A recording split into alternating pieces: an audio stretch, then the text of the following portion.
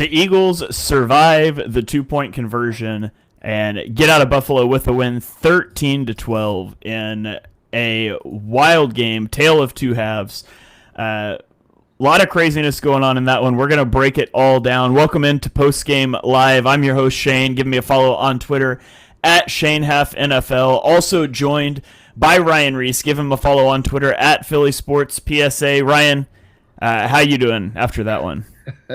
Well, unfortunately, I'm sad to say that we're dealing with something we've been dealing with most of the years. We play one good half and then we look like crap the next. And it was funny at halftime. Somebody had texted me. I was just like, "Hold on now, Yeah. let's not get ahead of ourselves." And sure enough, the conservative, double digit lead BS caught up with us again, and the defense can only hold on for so much against a really good offense, and we're lucky to come away with a victory, honestly. Yeah, absolutely. I mean, the Eagles start the game a little bit slow, and then they get three straight scoring drives to close out the first half. But it really, what was going to happen in the second half is pretty easily indicated on at the end of the second quarter. You have a 3rd and 8 at the 13-yard line.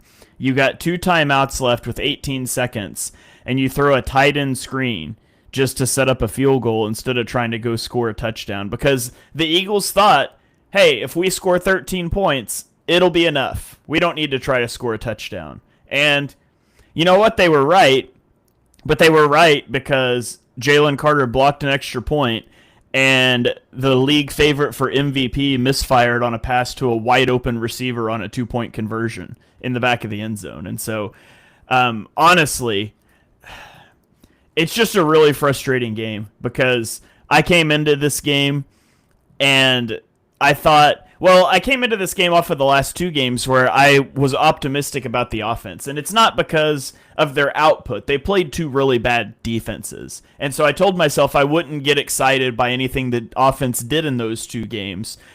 But the process was so different. There was a lot of under center 2 weeks ago. And then last week against Washington, they went into a lot of empty, and it was two things that I really like and have wanted to see them do more. And process-wise, it felt like they were headed in the right direction. And even early in this game, they were doing a lot of under center play action bootlegs, getting Hurts out on the move, and that was really nice.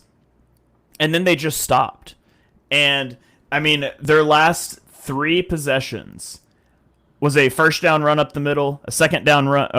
One of them was a toss, but first down run, second down run, third down incompletion, punt. Like, just vanilla, predictable. Defense has got this. We don't need to bother trying to score more because we have a double-digit lead. And honestly, what I walk out of this game with, my takeaway, is that you better pray that the Eagles do not get a double-digit lead in the first half of a playoff game, because this is what they do every single time. It's what they did against the Broncos. It's what they did against the Cowboys, blowing both of those games. And they didn't learn from it. They did the same thing against the Bills, and this time it pans out because you block an extra point. And again, Josh Allen misses a wide open receiver for the 2-point conversion to win the game. And with this pretty unlikely to impact seeding,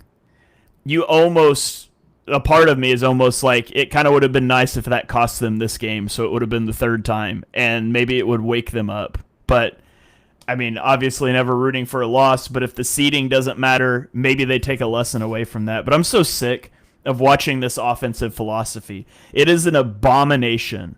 Like, if your defense gives up 12 points, you should win this game handily. And time again, we see the offense put the defense in horrendous situations.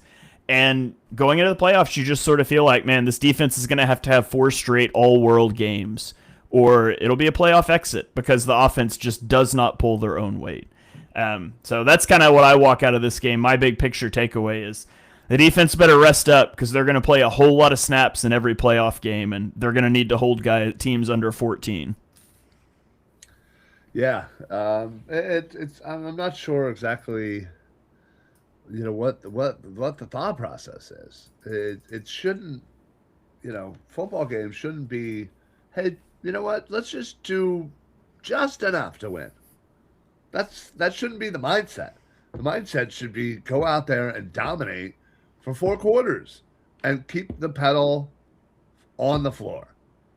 And for whatever reason, they just don't agree to that. And something's got to give. And you're right. I think if they're going to make a run, they're I feel like their offense is very capable. It's the mindset that needs to change.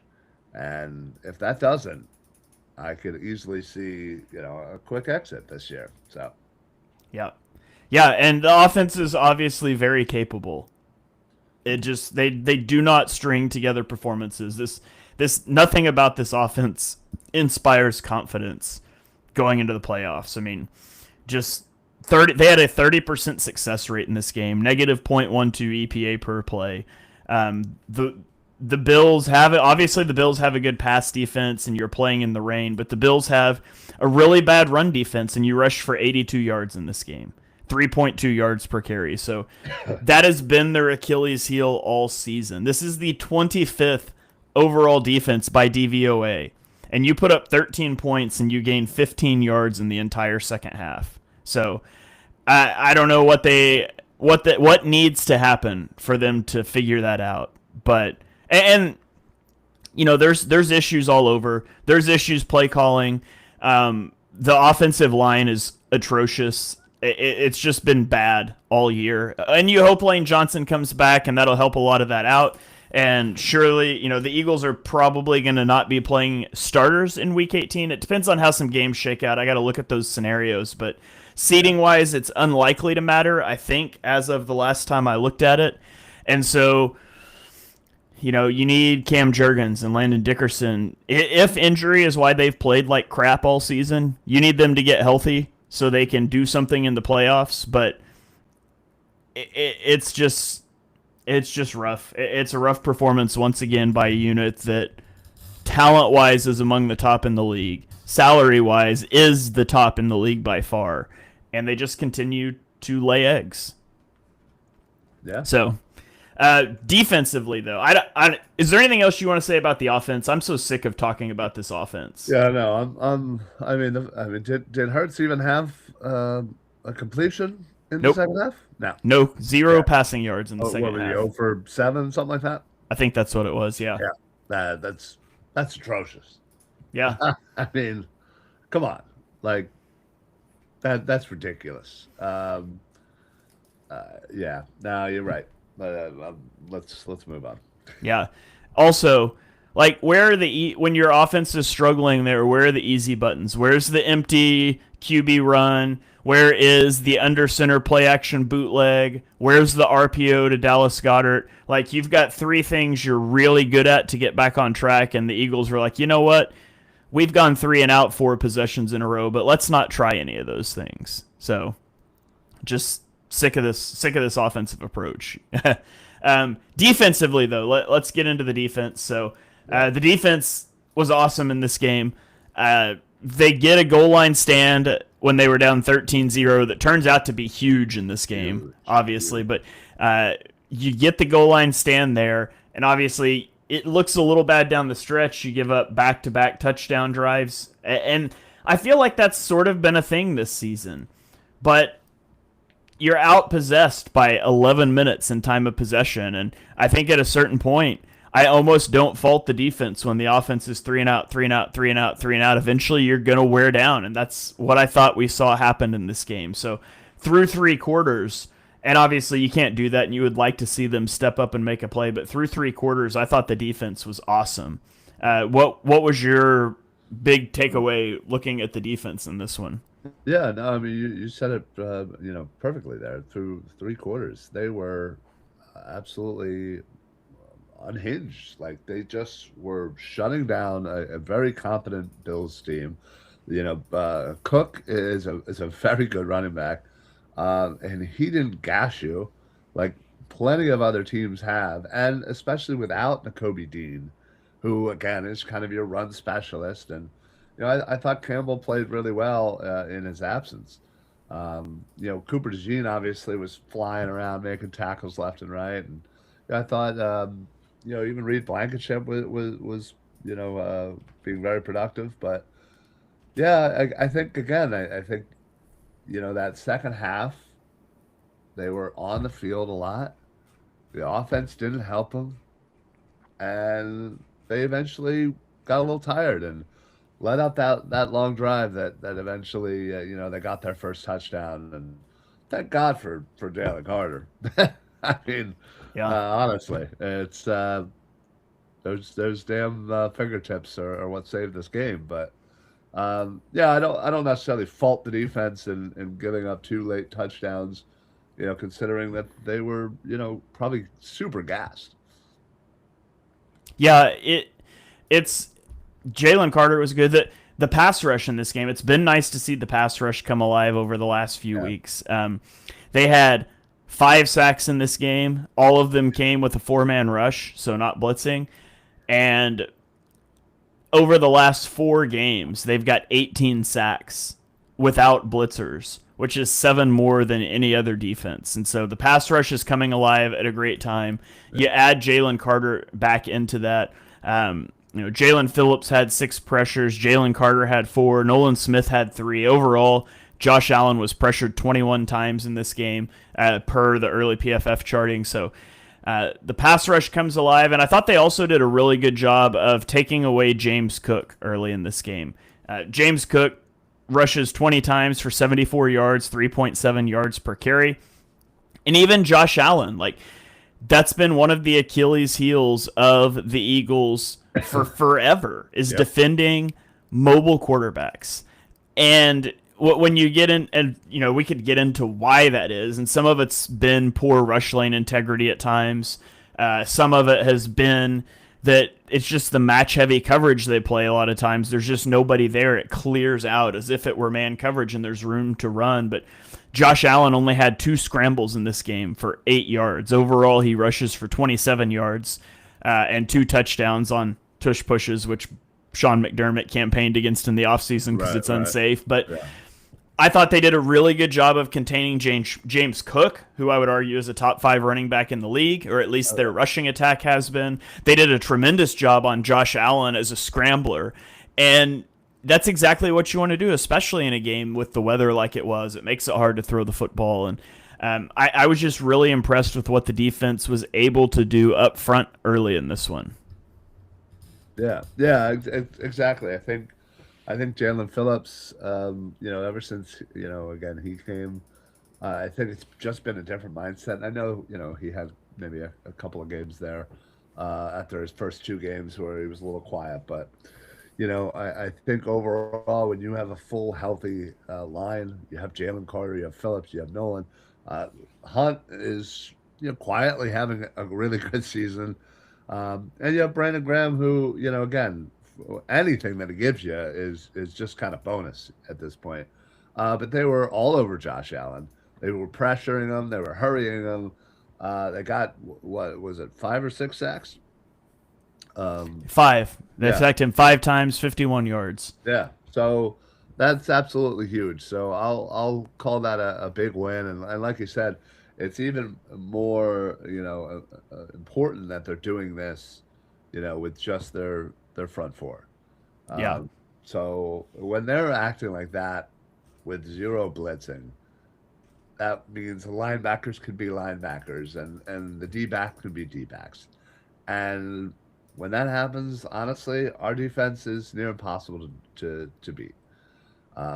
It's, unfortunately that, they were a little bit gassed out there for being on the field most of the second half. So, yeah, but I'm really happy where the rush is at this point.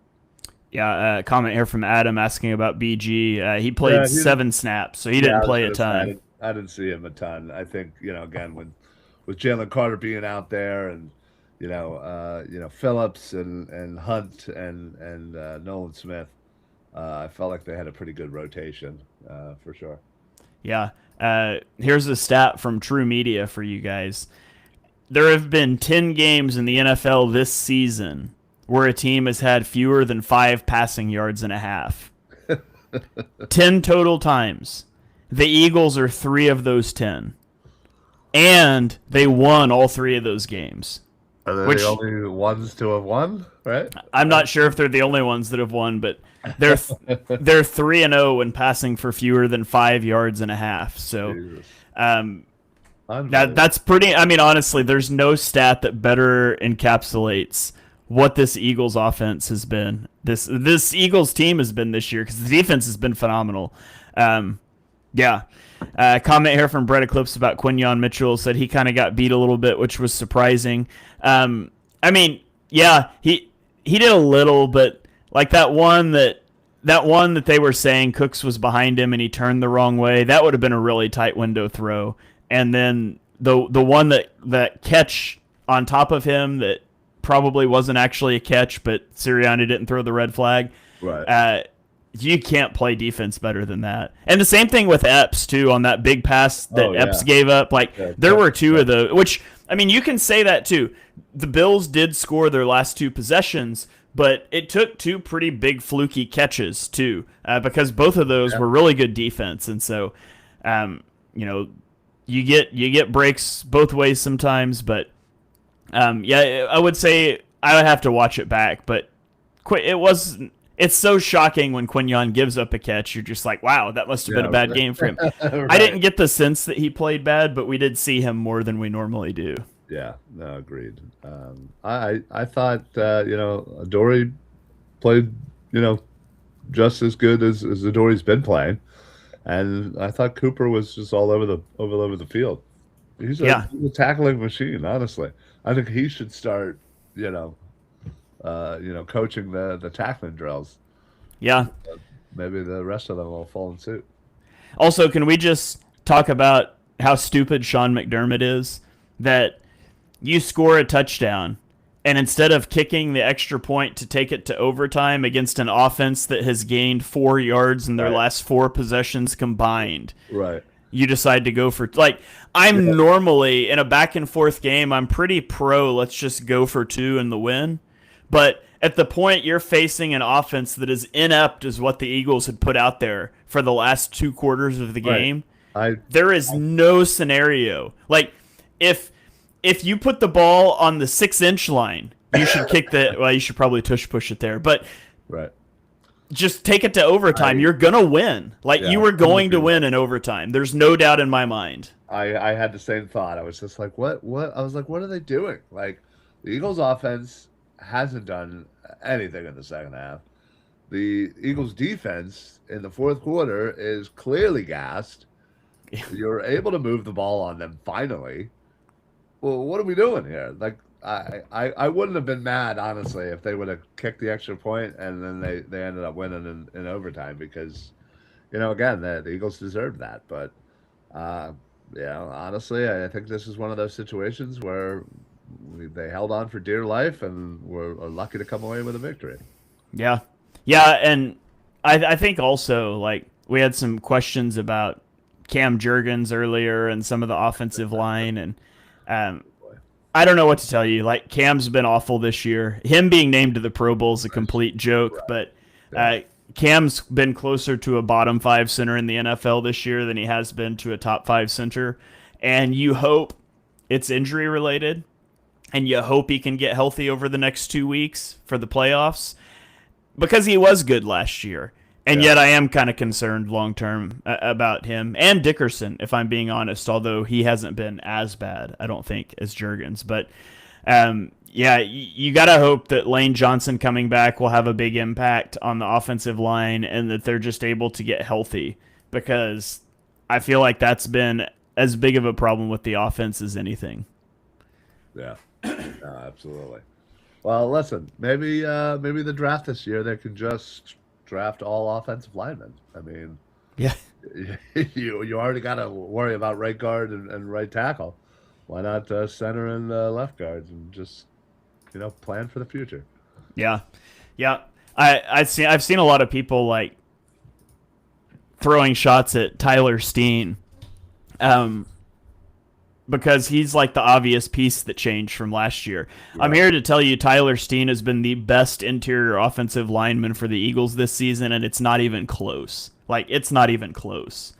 And I'm not saying he's been great, I'll whisper this into the mic. I actually don't think he's been that bad either. I think he's a perfectly acceptable starting guard in the NFL, and I would sign him again next year. But it's been a real struggle for sure. So I guess we could talk special teams too. Jake Elliott made a couple field goals, which is nice. Hey. You obviously are concerned about that after last week, but he hits from 47 and then he hit from 28, which whatever. But he hit from 47 in that weather, so that's not nothing. Well, yeah, that's true. I mean, you gotta make those kicks regardless. Those are the kicks that are gonna, make or break you when you're in the playoffs and you're supposed to be an automatic from under 50 and you're missing those ones. So again, hopefully this is a confidence builder. You can build off of it. Hopefully whatever, he was talking about, the technique, the physical nature of the kicking is getting onto the solved realm. So yeah. Braden Mann. Oh man, that one punt down to the 1 yard line. Oh, of course, Cameron Latu, just an all-time bonehead decision. But what a punt! I don't think I've ever seen a ball just like check up and totally die like that. Because it wasn't just like slowly rolling into the one; it like bounced and then it just like stopped. It like stuck straight up and then bounced and then stopped. Yeah, it was great. That was just an incredible punt. So if you want to talk about good things in special teams, I guess we can talk about the punter and the kicker. And then the rest of it was kind of bad. You get Britton Covey getting taken out on one of the punts. And that looked painful. Yeah, fortunate. I was really happy to see him up and out there to return the next punt. Punt returners are all psychopaths. Like, how do you get your leg nearly torn off? And then like 5 minutes later, you're out there staring into the sky with no idea who's coming around you, just trusting nobody's going to try to tear your leg off again. Right. Yeah. I do not. I forget who said the quote one time, but it's a quote I've read in the past that if anyone says they're fearless, you put them on special teams. Just insane. But Sidney Brown gets thrown to the ground on that one, and the guy trips over him into Covey. You have the Cameron Latu thing, so there's some definite miscues on special teams, but Braden Mann looked good, as he kind of has all year, and it was nice to see Elliott hit a couple kicks. Yeah. I mean, listen, at this point where you got to grasp at straws here for positive takeaways sometimes, and listen, special teams are a huge part of this game, and I thought early in this game, I thought they were playing, special teams was playing really well. So, yeah, and then I guess comment here from Shake said that I guess Jalen Carter really was hurt all year because he looked like the old Jalen Carter today. He played well today. Hopefully, we can see it continue on. I know at one point he left the game and went into the medical tent, but then he came back out. So. Hopefully he's healthy, and like we kind of said earlier, the pass rush. If the pass rush can continue to dominate, and you can take away teams' run game, that's what's going to give you the best shot moving forward into the postseason. Because you just can't rely on the offense to really do a lot for you moving forward. I don't think, but officiating. We can touch on officiating. I don't really want to belabor the point, but the officiating in this game was hot garbage. From the missed, obvious DPI, where AJ Brown can't even lift his second arm. He's just like, I guess we'll try doing this. Yeah, on what would have been a touchdown. And I would like AJ Brown to make that a little more obvious. Sell that, turn around and throw your arm. If it's the world we live in now, I guess. Just go whine for the flag and do the official's job for them. But Hurts getting hit on the sideline, Hurts being thrown to the ground after it was actually on the Devontae Smith catch that was a catch, but nobody in the NFL even knows what a catch is anymore. Apparently, if you fall to the ground, the ball can't move when you land on the ground. Like he clearly didn't lose control of that ball. Yeah. But whatever. Not only did they reverse that, they totally missed Jalen Hurts getting slung to the ground after the ball was out of his hand. Yep. They're also on the I think it was on the touchdown or the play, it didn't end up being a touchdown. That the one they overturned and then they pushed on fourth down. Clear pick that didn't get called. Marcus Epps was really upset about that one after the play, but just officiating was really bad in this game too. But the Eagles' offense was still worse, so it wasn't the officiating wasn't the worst thing in this game. So they can thank the Eagles' offense for that honor, I guess. One final thing that I want to mention, and then we can get into our player of the games and stuff. Unless you got anything else, is it's a small thing, but game management miscues again popping up for the Eagles. So when that play gets reviewed with 19 seconds left and he's short of the goal line and it's fourth down, the Eagles should have taken a timeout. Like, take the timeout so there's not a 10-second runoff. Because it's fourth down, they're going to tush push. It's a 1 or 2 second play. You either stop them and the game's over. Right. Or because either way, you're going to have to take a snap. Like, if the runoff happens, if you stop them, there's going to be another play. So it's not like you're getting out of taking a snap from the end zone. And for all that matters, you could run out of the back of the end zone. It doesn't matter. But it's the difference between getting the ball back with 17 seconds or getting the ball back with 4 seconds, right, which is not a huge difference. But again, games are won on the margins, and there's just no reason not to do that. So, and you had another timeout, so you could have gotten the ball, you could have thrown it, and again, maybe you throw it 20, 25 yards down the line and call a timeout and make Jake Elliott kick a 65-yard field goal, which whatever, but at least there's an attempt, right? Right. Yeah. Yeah, just that's what your head coach is supposed to be focusing on when he's not calling plays, and I just think it was poor game management. So, J-Rock says he thinks I'm wrong on that one. Tell me why. I'm interested to hear. Ping me in Discord, or you can drop it here in the chat too. But let's see. I saw one other. Oh yeah, Brett Eclipse asked about 3 words. Yeah, we'll get to 3 words after player of the games and stuff. But Ryan, anything else that you want to throw out? Here's a good one. Here's a video of Nick Sirianni walking down the tunnel after the game saying, "Not so much talking anymore." I would maybe not be chirping after that. Yeah. Just a thought. But yeah, agreed. Anyways, go ahead. Anything else that you had, Ryan? Again, while it's not exactly how we wanted them to win, and it didn't look pretty, and the offense, went soft in the second half, they still came out with a win against a very good opponent. Somebody, would say that, a team that might end up in the Super Bowl. So, obviously the NFC is pretty tough this year. The West is absolutely loaded. You still have Chicago. So hopefully if we get the right matchups, I think we can make a run. But these dumb decisions of playing conservative can't happen. It's the playoffs. You need to absolutely balls to the wall the entire time until the game is out of reach. Not at halftime. No game is out of reach at halftime. Yeah. Especially not one that's 13-0. Only 13, right. I think we've seen, 30 odd points a couple of times, differences being overcome in a second half. So, I think they need to change that mindset of, hey, let's just do barely enough. No, let's do more than enough, and then chill out. In the last 5 minutes of the game or whatever. So anyway, yeah, that's all I really got to say.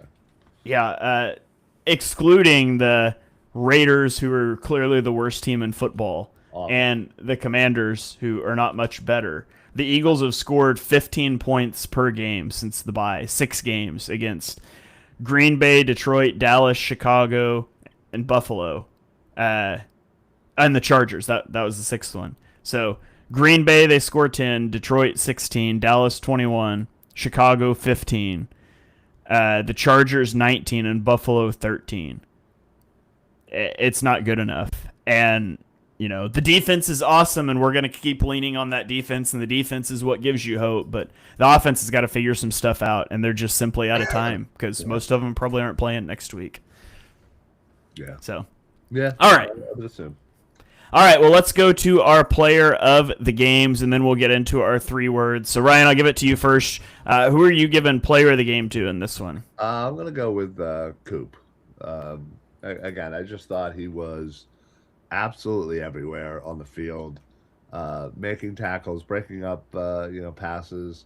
I just thought he was, a nightmare for Josh Allen, and I thought he was a big reason why we were able to hold on. So, yeah, I will also shout out. It didn't end up being a fumble, but the one that we thought was a fumble that they ended up reviewing and saying that right. I think Cook was down. I think it was Cook. Yeah, it was Cook. Yeah. So and Cooper DeJean had one of the smartest plays I've ever seen because there's an offensive lineman closer to the ball running to it, and there's almost no chance that DeJean is going to be able to dive on the ball with him and get it. And so he, as the offensive lineman is getting ready to go for it, he just pushed him, and so he sails past the ball. And that's legitimately the smartest thing I think I've ever seen somebody do on a football field. I've never seen somebody do that before. Anybody do that? You're right. And I immediately thought, oh, wait a minute, are they going to call a flag on that? And then I was like, well, wait a minute, that's not illegal. Like you're theoretically going for a ball, you're just pushing somebody out of the way. But yeah, I thought that was hilarious. The dude went flying, by the way, too, and he was just like, whoop, scoop, like easily able to get right on that ball. It's just, yeah, unfortunately, it looked like Cook's elbow just hit right before the ball was about to come out. So yeah, but yeah, tremendous heads up play by Cooper DeJean there. So I wanted to shout that out. I'll go player of the game, Jalen Carter. Gets a sack, had 4 pressures, I think I said. And obviously he gets that blocked extra point that turns out to be the deciding factor in the game. Because if that doesn't happen, the Bills are kicking an extra point to win. So I'll shout out Jalen Carter there. And then let's go with our 3-word reactions. You guys, some of you have dropped some here in the comments. Andrew said grossly incompetent victory. I like that one. We've got to stop playing scared from Robster. Anthony says Jalen keeps winning. We've got from Ben a play 4 quarters. Brett Eclipse shouts out Zach Bond for player of the game, which is also a good shout. But Brett Eclipse said had me fooled. I'm assuming he's talking about the offense the last 2 weeks. Yeah. So, yeah, good stuff. Ryan, you guys can keep dropping some here. I'll come back if we see a few more. But, Ryan, do you have a 3-word reaction? Yeah, I guess. No,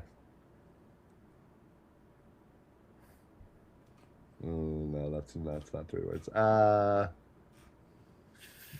Fix for playoffs. That was probably terrible, but yeah, they just I think it's the mindset, honestly, that just needs to get. They have all the pieces. Yeah, they've shown that with Sirianni getting a little bit more involved in the play calling decisions and whatnot, the offense can move the ball. So put pedal on the foot on the gas, however you want to call it. Yeah, foot on gas. That's my 3 words. Foot on gas. Yeah. Come on. Yeah. Play 2 halves. That's mine. Play 2 halves. Yeah. You could also go with play 4 quarters, I guess. That works too. But yeah, I'm just so tired of seeing the same song and dance play out. The Eagles have got to have that killer mindset, and they just haven't had that. And my biggest fear is that Nick Sirianni will walk away from this game and say, well, it worked. We did what we wanted to. We didn't turn the ball over. We won the game. We trusted the defense. They got it done. And that's just simply not the case. But we'll see if they have a different approach in the playoffs. Like I said, I'll have to look into the scenarios. My sense was it was pretty difficult for the Eagles to get to the 2 seed. I'm not sure how that looks now after all of these games. But I would imagine that starters probably not playing much next week. So hopefully the Eagles can get healthy, and hopefully they don't take a 2-touchdown lead in the first half of any playoff game, and they should be good to go. Just keep that close until the second half, I guess. But a few other 3 words here. We've got a 17-yard half and a defense so good from Cauldron of Stardust. Brett Eclipse gave Allen chokes again. J-Rock with a playoff football, please. Defense is elite from Venom. Fangio is amazing. Yeah, lots of stuff there. Brandon says we need the Bears to lose out at this point. Yeah. So since the Eagles won, they need to lose to San Fran, and then they need to lose in Week 18 for us to get number 2 seed. Okay. Mostly because Seattle won. If Seattle had lost to Carolina, there'd be another avenue. But the only avenue now is Chicago's got to lose. They played tonight, right? Yeah, they're on Sunday Night Football against San Fran. Yeah. So they're probably on in about 5 or 10 minutes. Yep. So sadly, I guess we got to root for San Fran. So yeah, go San Fran, and then Detroit. You know Detroit will want to beat Chicago after how this season has gone for both of them. So they will at least be up for that game in Week 18. Hopefully. But so. All right, final 3 words here that we're going to close out with, and then I'll throw it to final thoughts. Jack has a great one here. Sirianni annoyingly vindicated. Nice. I love it. All right, that's going to about do it for this post-game show. Ryan, before we get out of here, do you have any final thoughts? Yeah, I mean, listen, this wasn't the game that we all were hoping for. But in the long run, a win is a win, and it does help us to potentially get the number 2 seed. Either way, stranger things can certainly happen in the playoffs. We have been a part of strange things in the playoffs. So let's keep the hopes up. Let's be positive and hope that the right moves are made at the right times, and we play the right opponents, and this, that, and the other. So, all right. Yep. Well, there you have it, folks. Our instant reactions to the Eagles' victory over the Bills. Messy game. At halftime, we would have had way different takeaways, but unfortunately, a game is 4 quarters, and maybe the offense will figure that out at some point. But hopefully, you guys enjoyed the show more than the end of the game, because the end of the game was stressful. But if you enjoy the content, hit subscribe wherever you are watching this right now. We're on YouTube, Twitter, Twitch. The audio will be dropping in podcasting platforms later, but we'll have all kinds of stuff coming out this week. Kelly Green Hour, Birds of the Round Table. Johnny and I will be breaking down. Actually, I think Johnny's going to have to solo the film this week because we've got some scheduling conflicts. But we'll have all kinds of different stuff coming out this week to break this game down. Maybe not quite as much focused on getting ready for Week 18. Right. Especially if the Bears win tonight, but we'll really get this game recapped and we'll get ready for that playoff stretch. So I hope you guys will follow along with us for a long playoff stretch that lasts into February. We'd love to be doing this still 5-6 weeks from now as we preview an Eagles Super Bowl. So keep it tuned right here to the Eagles Pinpool Network. Thank you, everybody, for joining. For me, for Ryan, we will catch you guys next time. Go Birds. Go Birds.